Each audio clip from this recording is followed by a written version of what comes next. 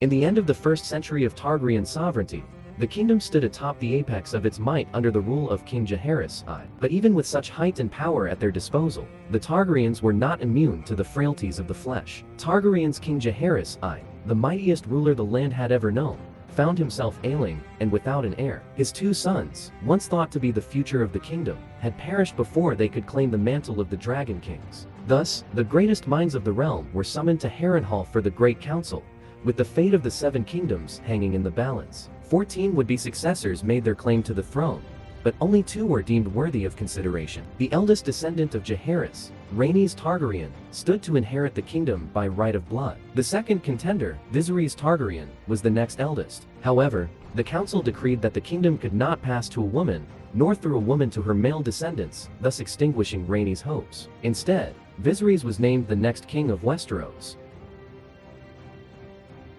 A new chapter in the saga of Westeros unfolds as we jump ahead to the 9th year of Viserys' illustrious reign. Here, we are introduced to Princess Rhaenyra Targaryen, a fierce and formidable young woman, and her loyal dragon, Syrax. Rhaenyra is the daughter of Viserys, the great king who had forged a dynasty with the might of his dragons. Together, Rhaenyra and Syrax command the skies with an unchallenged dominance. But even a dragon queen cannot go it alone. Her closest confidant is none other than Alicent Hightower. Alicent is the daughter of Otto Hightower, the esteemed hand of the king, and her prim and proper demeanor contrasts sharply with Rhaenyra's devil-may-care attitude. These two young women may often clash, but their friendship endures through thick and thin. As they navigate the complex web of politics and power that surrounds them, they know that they can always rely on each other.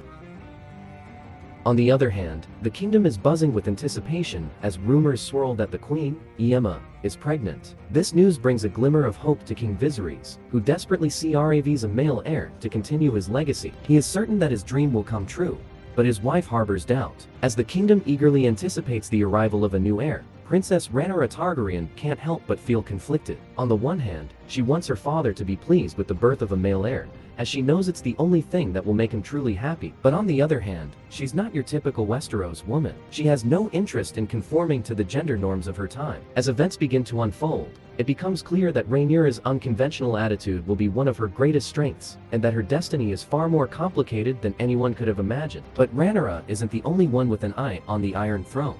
Her uncle, the enigmatic and charismatic Daemon Targaryen, has his own designs on the throne. When the two meet in the throne room, there's an odd, almost playful, camaraderie between them. Daemon lounges atop the spiky, sword-laden Iron Throne, looking every inch the king in waiting. As they banter back and forth, it becomes clear that Daemon is not content to play second fiddle to anyone, even his own niece. He believes that he'll be next in line for the throne if Aemma's child isn't a boy, and he's not shy about expressing his desire for power. His charm and wit are matched only by his ambition, and it's clear that he'll stop at nothing to claim what he believes is rightfully his. Daemon, the fearsome commander of the City Watch, is widely distrusted by the king's circle for his brutal tendencies. He sees Viserys as soft on crime, and takes matters into his own hands by gathering his guardsmen for a full frontal assault on King's Landing. "You're a pack of hounds," he tells his bloodthirsty troops, unleashing them on the streets for some gory eye-for-an-eye justice. Thieves lose their hands, rapists lose their balls, and killers lose their heads. It's brutal stuff. But Daemon is unrepentant. This causes the tension between two brothers. They engage in a heated argument, where Daemon doesn't hold back his feelings towards his wife, Lady Rhea Royce, who he despises. During their quarrel, Daemon takes swipes at Hightower, who he has no love for. Feeling rejected and angry, Daemon finds solace in the arms of his lover, Miss Arya, who comforts him after their passionate tryst. The great tournament in King's Landing is about to commence in honor of Viserys' soon-to-be-born child, but the joyous occasion is threatened by the heated rivalry between Daemon and Hightower.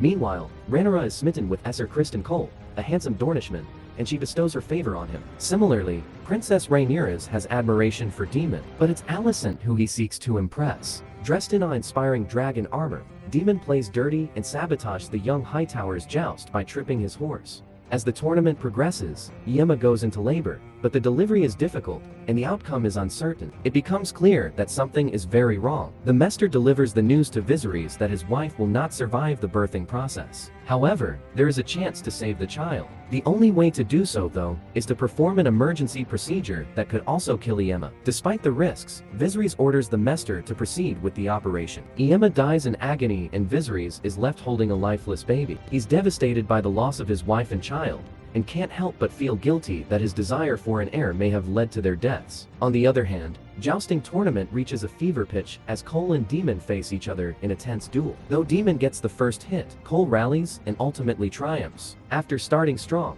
Daemon ends up defeated and humiliated on the ground. It's a lucky outcome for him, considering that some of the other competitors ended up decapitated by the executioner's axe. Despite Cole's offer of a hand-up, Daemon refuses, nursing his wounded pride. The aftermath of Aemma's death has left the court in turmoil, and the need for a new heir is paramount. While many put forth Daemon's name, others suggest Rhaenyra as a possible successor. Similarly, Corlys suggests his wife for the throne, but Viserys, ever the prideful king, scoffs at the notion of being succeeded by a woman older than himself, leading to a tense exchange with his wife's uncle, Corlys Velaryon. The aging monarch, fraught with desperation and the weight of his legacy, makes a decision that will alter the course of the realm. Amidst a crowd of hopeful contenders, his eyes lock onto the one he has long overlooked, Rhaenyra. In a moment of truth, he lays bare his soul to her, revealing the years of yearning for a son that have led him astray. And yet, it is not a son who captures his heart, it is the fierce, unrelenting spirit of his daughter that moves him to take the ultimate risk. With the weight of the crown on her shoulders, Rhaenyra steps forward, ready to face the challenge and claim her rightful place as the heir to the throne.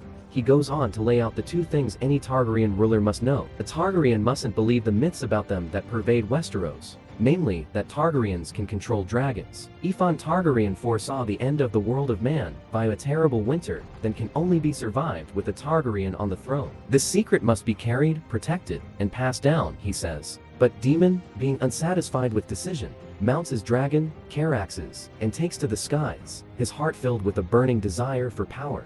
For something tells them that Daemon will return, his heart filled with vengeance, and that the fate of the realm will once again hangs in the balance.